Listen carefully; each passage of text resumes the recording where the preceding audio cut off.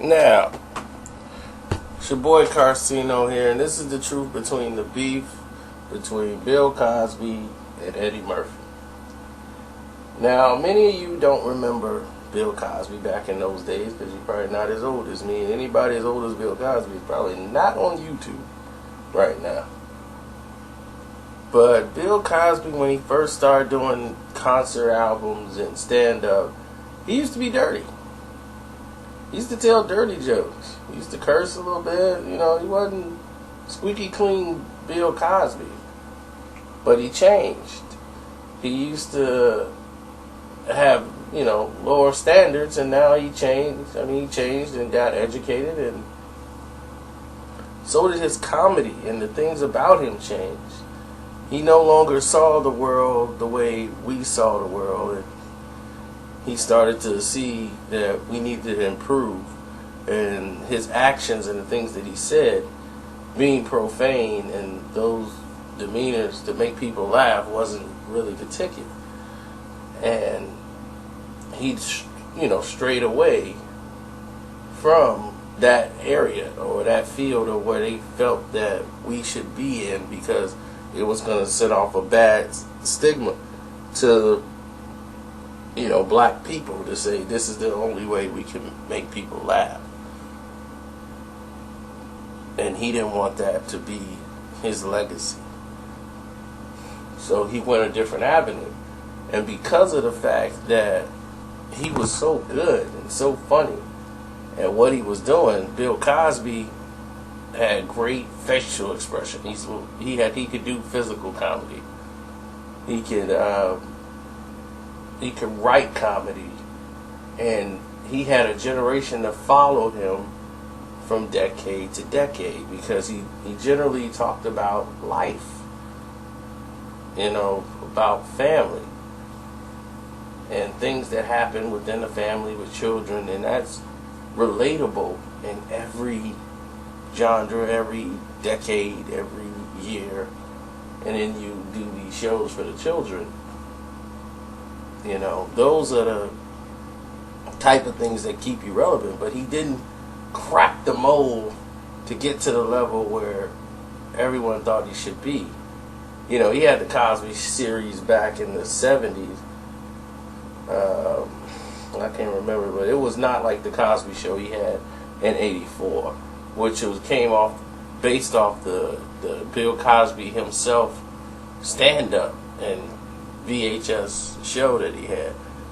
Can't say DVD because DVD didn't exist back then, but it was a hot seller on VHS, and everyone had the record, everyone had the tape, and he talked about childbirth, dentist, chocolate cake, everything. But it was funny. It was so hilarious, and he did it without being profane, and it put him in a space to where they wanted to put him on television and get him his own deal, to where he would have his own show, and this led to them greenlighting the Cosby Show, where he was producer and co-writer of. And once they did this show, things started to happen at the same time for Eddie Murphy. Eddie Murphy became the biggest star, basically out of nowhere, biggest comedian. Once he hit Saturday Night Live, it was like a bomb went off.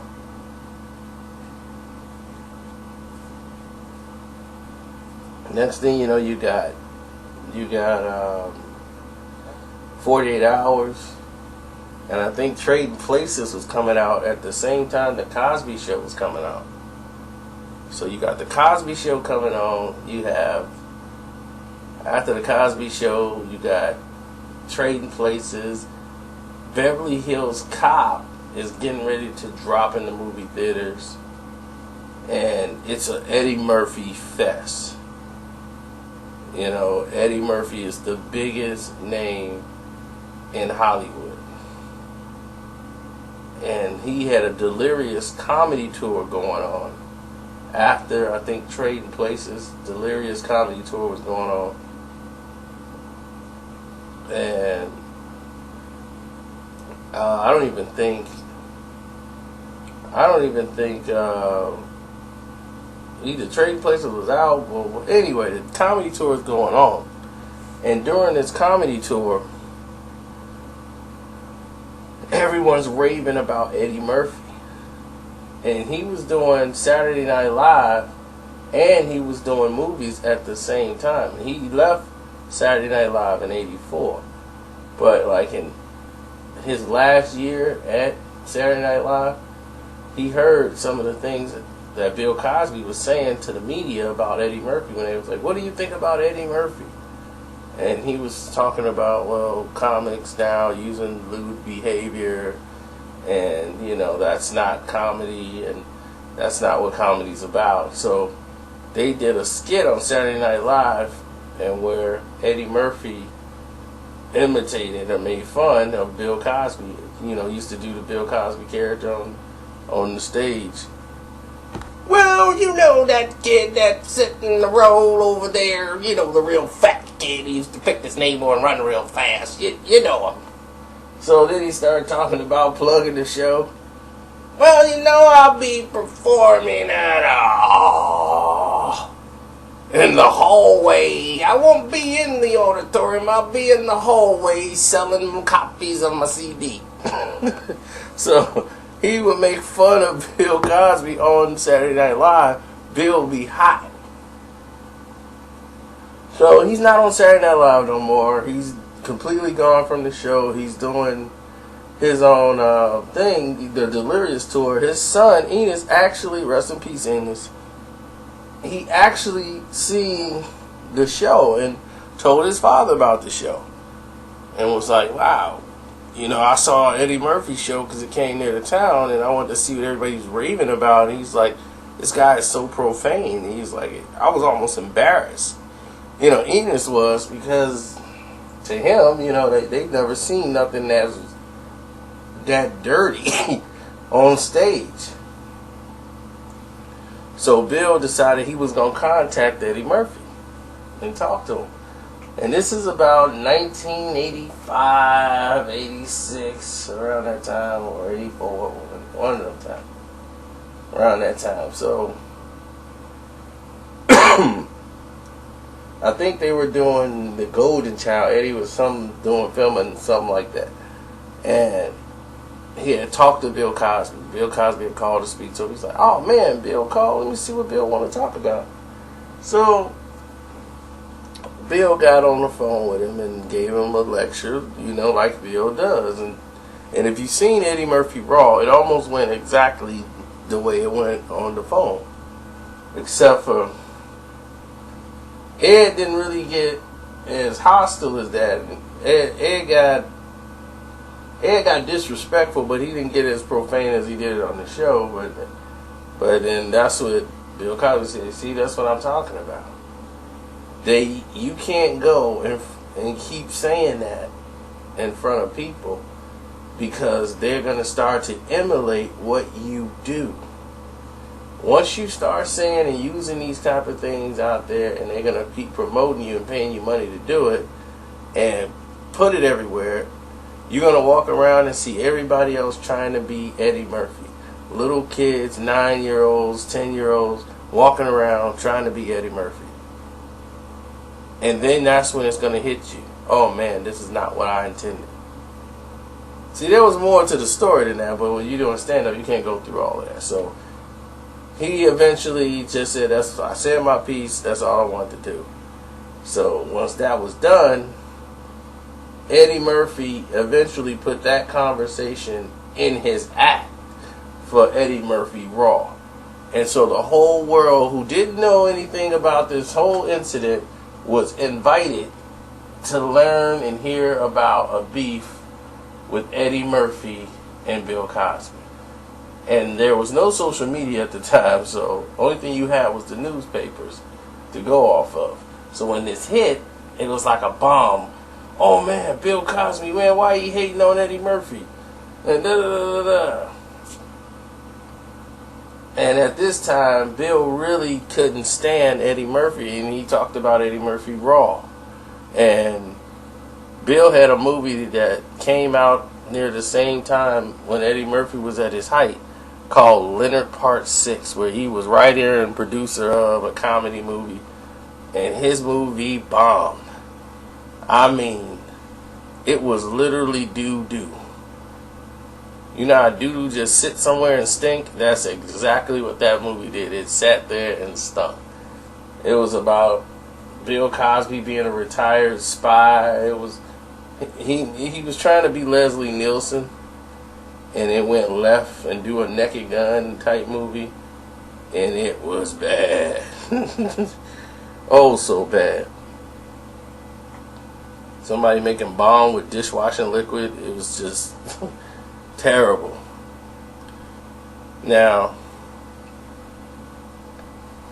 after this was a flop, Eddie Murphy has Beverly Hills Cop 2 come out near the same time and just destroys anything that, Bill Cosby was doing. So Bill once again goes to the newspapers and starts talking about Eddie Murphy.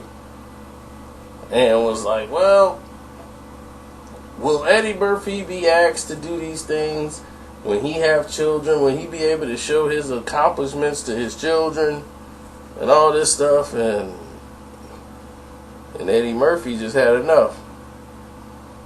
And he called Richard Pryor again, because Richard Pryor used to talk about it. And Richard used to, it wasn't like how it wasn't Raw. Richard is a little older, a little wiser, because he was trying to get Richard Pryor to do Harlem Nights at the time. So he was talking to Richard Pryor again about it, and Richard was like, man, the man's old. I mean, shoot, we both old, man.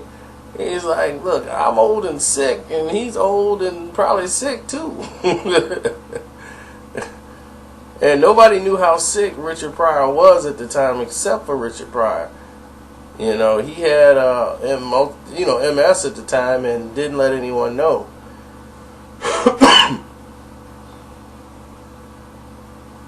So he was just sick and kept moving, kept himself active. And he decided to do Harlem Nights because he wouldn't agree to be in any other Eddie Murphy movie except for Harlem Nights. So Ed was a little young and hot-headed at the time. So that was the fit. They wanted to put Bill Cosby in the movie for Harlem Nights. This was supposed to be a movie of all the comics, all the older comics from Red Fox, all the upcoming comics. Robin Williams is in this film. All these comics from back in the day. They wanted to get Sidney Poitier to be in the movie. Bill Cosby. Bill did not feel that this was something he would want to do. Plus, he was in the in the process of filming a movie at the same time. But they was like, it'd just be a cameo just to show support for the film. And Bill, once again, had declined because he was filming Ghost Dad. So, and this was supposed to be his another big family, blockbuster film he's going to come out with. Now, Eddie Murphy is directed in writing this film. This is the directorial debut. And he's talking to some other people about, what's going on with Bill, he barely speaks to me and all this stuff here. And then Richard's like, he's like, man, look, we're going to get this thing done right now. He's like, tomorrow when we come back, he said, we got to see Bill. The film is done on our end. He's like, we're going to put something together. And what they did was a charity softball game where Ghost Dad team with Sidney Poitier and Bill Cosby, going up against Harlem Nights team, and it was all the comedians all together. So that way you had Sidney Poitier, Red Fox, all the comedians from all back in the day was all out there doing some work for charity, playing a softball game. But in that game, Bill Cosby still kind of didn't speak to Eddie Murphy. It was it was kind of weird because it was like this is the game was put together so that those two can hash out any problems and all that stuff. And then finally they had a conversation one day, and that was basically it. It just got old, and it got to a point where Eddie saw what I guess Bill saw, and he changed. He saw the industry stop loving him the way they and appreciating him the way they used to. When he was at the height of what he was doing, and Richard Pryor was telling him, man, just keep doing what you're doing, man. They paying you money, man. Just keep getting you a check. And then Ed just had a problem with Bill. Hey, man, what's your problem, man?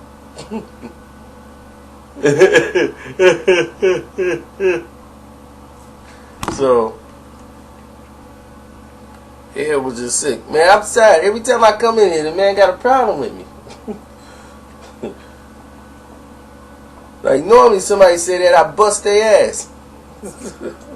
So it was just vintage Eddie Murphy being, on edge. Because Ed didn't understand what was happening. Like, why is Bill, like he ain't have this go back to the stuff, the articles and all the bad stuff that had happened.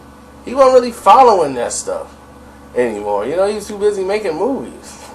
Like I said, there was no social media at the time. Stuff died out real quick. If you didn't have it in the newspaper to hold the article up, nobody cared. People actually got off the couch and did things. So, I think it was the time Bill Cosby's son Enos died that they really had a conversation, and it was just a mutual respect thing, like, man, for your son and all this stuff. Ed had changed anyway and had turned the corner. He wasn't as dirty as he used to be. He started doing Shrek, he started doing Daddy Daycare, the Nutty Professors and stuff like that. He changed. He became Bill Cosby. The Haunted Mansion and stuff for the kids. He changed.